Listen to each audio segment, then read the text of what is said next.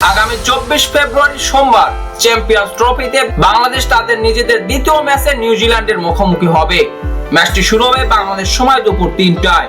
ম্যাচটি অনুষ্ঠিত হবে পাকিস্তানের রাওয়ালপিন্ডি স্টেডিয়ামে।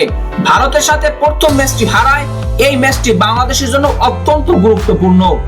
নিউজিল্যান্ডের সাথে জিতলেই সেমিফাইনালের রেসে ভালোভাবে টিকে থাকবে বাংলাদেশ, হারলে বাদ পড়ার সংখ্যা খুবই জোরালো। তবে বাংলাদেশ নিউজিল্যান্ডের ম্যাচের হিসাব নিকাশ অনেকটা নির্ভর করবে আগামীকাল ভারত এবং পাকিস্তানের ম্যাচের উপরে। ভারত যদি পাকিস্তানকে পরাজিত করে তাহলে বাংলাদেশ নিউজিল্যান্ডের সাথে জিতলে সেমিফাইনালে এক পা দিয়েই রাখবে শান্ত বাহিনী, সেটা অনেকটা বলাই যায়। ভারতের সাথে বাংলাদেশের টপ অর্ডারের ব্যাটসম্যানরা বাংলাদেশকে ডুবিয়েছেন, তাদের দায়িত্ব জ্ঞানহীন ব্যাটিং এ ভুগেছে বাংলাদেশ। 35 রানের ভিতরে হারিয়েছে টপ অর্ডারের 5 জন ব্যাটসম্যানকে। যে বিপর্যয় থেকে জাকের আলী অনিক এবং তৌহিদ হৃদয় দারুণ এক পার্টনারশিপে ঘুরে দাঁড়ালেও মোটামুটি সম্মানজনক একটা স্কোর পেলেও সেটি বাংলাদেশের বোলাররা ডিফেন্ড করতে পারেননি। দুবাই ইন্টারন্যাশনাল ক্রিকেট স্টেডিয়ামে সেকেন্ড ইনিংসে ফ্লাড লাইটের আলোতে ব্যাটিং করাটা অত্যন্ত কঠিন হয়ে দাঁড়ায়। যদি ওই ম্যাচে বাংলাদেশ 250 রানের প্লাসের একটা ইনিংস পেত তাহলে মোটামুটি লড়াই করতে পারত, কিন্তু সেটি আর হয়নি। দুবাই ইন্টারন্যাশনাল ক্রিকেট স্টেডিয়ামে প্রথম ব্যাটিং করা দল অনেকটা সুবিধা পেয়ে থাকেন, তবে সেই সুবিধা কাজে লাগাতে পারেনি বাংলাদেশ। তবে একই ভুল পাকিস্তানে করতে চাইবে না শান্ত বাহিনী। পাকিস্তানের রাওয়ালপিন্ডির মতো ফ্ল্যাট উইকেটে বড় স্কোর করতে হবে টাইগারদের। ব্যাটসম্যানদের দায়িত্ব নিয়ে ব্যাটিং করতে হবে, উইকেট হাতে রেখে অ্যাটাকিং মোডে ব্যাটিং করতে হবে। বাংলাদেশ দলের ব্যাটিং গভীরতাও যথেষ্ট, তবে সেই ব্যাটিং গভীরতা কাজে লাগাতে পারছেন না। শেষ দিকে রিশাদ হোসাইন, তাসকিন আহমেদ কিংবা তানজিম সাকিবরা বড় বড় শটস খেলতে পারেন।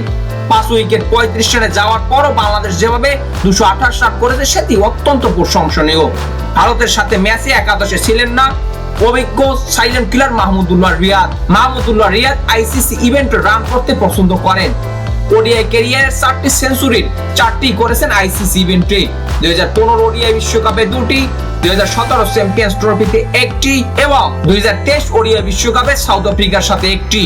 উল্লেখ্য 2017 চ্যাম্পিয়ন্স ট্রফির সেঞ্চুরিটিও এসেছিল নিউজিল্যান্ডের বিরুদ্ধে।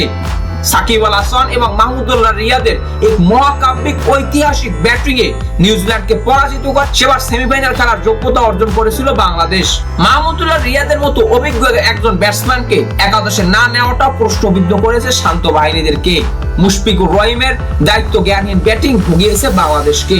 তবে নিউজিল্যান্ডের সাথে ম্যাচেও মাহমুদুল্লাহ রিয়াদের একাদশে ফেরাটা অত্যন্ত কঠিন, কারণ তার পরিবর্তে খেলা জাকের আলী অনিক ভারতের সাথে দারুণ একটি ইনিংস খেলেছেন। যদিও প্রথম বলে তিনি লাইফ পেয়েছিলেন, তারপরও তার পরিবর্তে মাহমুদুল্লাহ রিয়াদের একাদশে ফেরাটা অত্যন্ত কঠিন হয়ে দাঁড়াবে।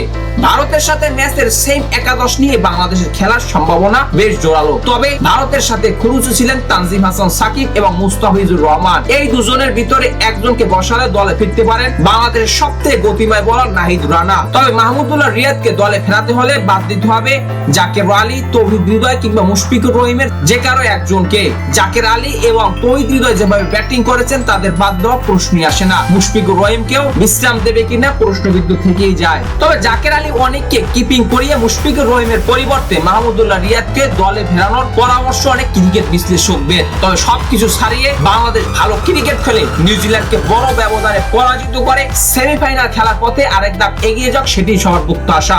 তবে সেই পথটি যে কোনোভাবেই সহজ হবে না সেটি নিউজিল্যান্ডের বর্তমান পারফরম্যান্স দেখলেই বলা যায়। কিছুদিন আগে পাকিস্তানে অনুষ্ঠিতব্য ত্রিদেশীয় সিরিজের চ্যাম্পিয়ন দল নিউজিল্যান্ড একটি ম্যাচও তারা পরাজিত হন নেই। স্বাগতিক পাকিস্তানকে হারিয়েছে ফাইনাল সহ দুটি ম্যাচে। তাই নিউজিল্যান্ড এই চ্যাম্পিয়ন্স ট্রফির অন্যতম ফেভারিট দল। চ্যাম্পিয়ন হওয়ার মতো দল নিউজিল্যান্ড। দলে প্রতিটি ক্রিকেটার রয়েছেন দারুণ ফর্মে।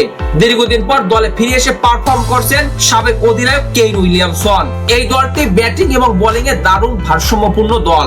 নিউজিল্যান্ডের দলেও জায়গা পাচ্ছে না রাসিন রবীন্দ্রর মতো অলরাউন্ডাররা। বুঝতেই পারছেন কতটা শক্তিশালী দল নিয়ে খেলছে নিউজিল্যান্ড। তাই তাদের সাথে জয় পেতে হলে ব্যাটিং, বোলিং এবং ফিল্ডিং 3 বিভাগে অত্যন্ত ভালো ক্রিকেট খেলতে হবে বাংলাদেশের। তবে এই নিউজিল্যান্ডকে বাংলাদেশের মাটিতে দুবার বাংলা ওয়াশ করার স্মৃতি রয়েছে বাংলাদেশের। সেই স্মৃতিকে কাজে লাগিয়ে ভালো ক্রিকেট খেলে নিউজিল্যান্ডকে পরাজিত করে সেমিফাইনালের পথে এগিয়ে যাবে বাংলাদেশ, সেটাই সকলের প্রত্যাশা। ক্রিকেটের সকল আপডেট সবার আগে পেতে আমাদের চ্যানেলটি সাবস্ক্রাইব করুন, পেজটি ফলো দিতে ভুলবেন না। ধন্যবাদ সবাই।